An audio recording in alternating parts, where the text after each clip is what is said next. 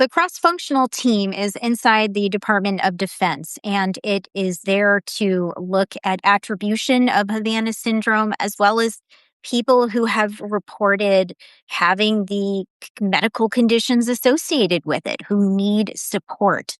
It has been critical for this community of people. And what I can report now is that the CFT has been actively prevented from providing briefings to Congress, I am told, by a person with knowledge of the matter.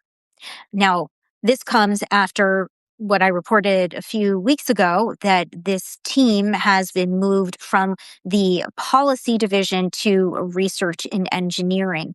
And I'll explain why that matters in a little bit.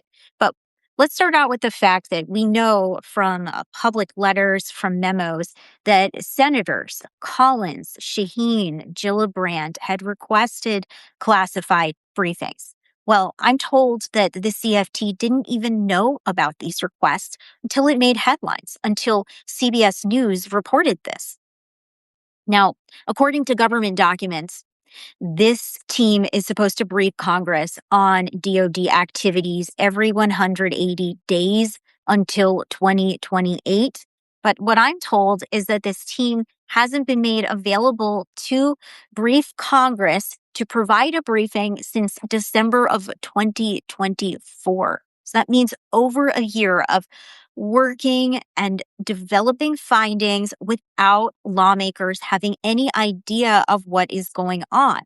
Representative Rick Crawford, who chairs the House Intelligence Committee, confirmed this essentially to me, telling me, quote, over the last year, O&I, meaning oversight and investigations, Chairman Jackson and I have requested a briefing by DOW's cross-functional team several times. This is mandated by law and long overdue. More from him later. Here's the thing. There is a lot that Congress needs to be made aware of. What I'm told is, especially in the last 6 months when this new team was firing on all cylinders, that's a quote.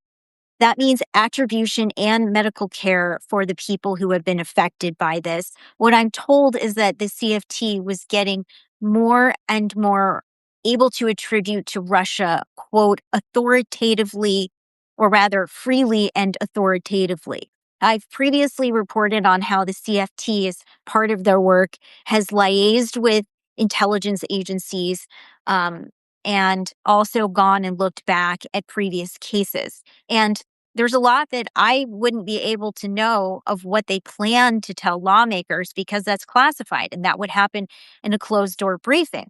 But what I can say is that there is a lot out there in the open source space as well, especially Russian patents that were online. Some of this is no longer online. I think the Russians got smart and realized they shouldn't have that just sitting out there for the taking.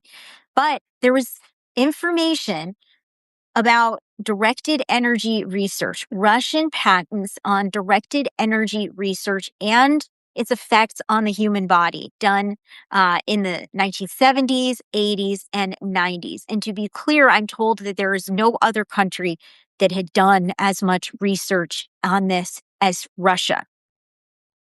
Now, again, this is not classified information, but there were doctors, there were Russia experts and intelligence officers who all came together to see the value in what was just out there in the open source space to understand this information.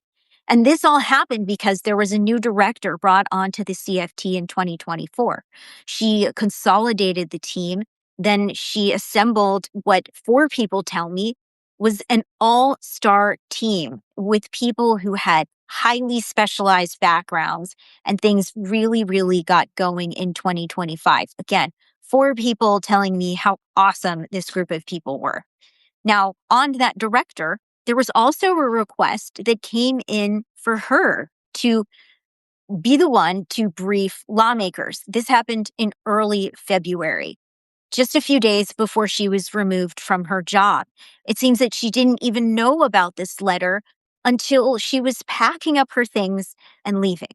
And the team didn't find out about this letter until after she was gone in mid-February. What I'm told is there's a quote, collective cloud environment that we're not going to say anything bad about Russia. Of course, there are sensitivities to President Trump we go back to 2016 and the Russia collusion allegations, and this is something that we know the president is sensitive to, and potentially some of his political appointees may harbor some hesitations to say anything about Russia that would be negative and would draw more attention to what Russia does. It is well known that Undersecretary for Policy Elbridge Colby is very much prioritizing China. I'm also told that Rick Buria, who's a senior advisor to Defense Secretary Pete Hegseth, also just doesn't understand this stuff, doesn't buy it. Part of the reason that this conversation is happening is because back in October, Hegseth sent a memo to the Department of Defense personnel, everybody. And what he said was that their policy was going to be changing. You and your office could no longer set your own way of heading to the Hill to talk to lawmakers. Instead, it would all have to go through the Office of Legislative Affairs. You would need to get authorization from that office. And this was meant to ensure, a singular message, consistency, and not to undermine any of the Defense Department's policies and priorities. So how does that work? The requests come in through a system called the CATMS, that is Correspondence and Task Management System, and it's tracking these taskers between Congress and the Department of Defense. When a request is made, someone in the Legislative Affairs Office would send a task to the CFT office. So first, when the CFT began learning about a request coming in, they couldn't act on it. A request came in December from Representative Crawford. It appeared in this CATMS system, or it looked like it was from him, and I can say from this previous interaction that it was. And Legislative Affairs received multiple requests from the CFT, and they were never given a process to follow on how to respond. That was never given to them. Now, with the February requests from senators, this group only learned from a CBS News article. And then after the CFT was moved over to research and engineering, that's when they were told by the Legislative Affairs Office about these requests. And one of the things that is concerning is under this new leadership and without this other director, will they even be able to share some of their most important findings with lawmakers? Many people are concerned that the R&E will stop this focus on attribution. And I'm told that about 50% of the team is being lost, that some people are being sent back to their home agencies, and that others are seeing contracts not be renewed. Now, I reached out to the offices of the lawmakers that I mentioned. Let me tell you more about what Representative Crawford told me. Quote, the House Intelligence Committee continues its ongoing investigation into the IC's mishandling of AHIs.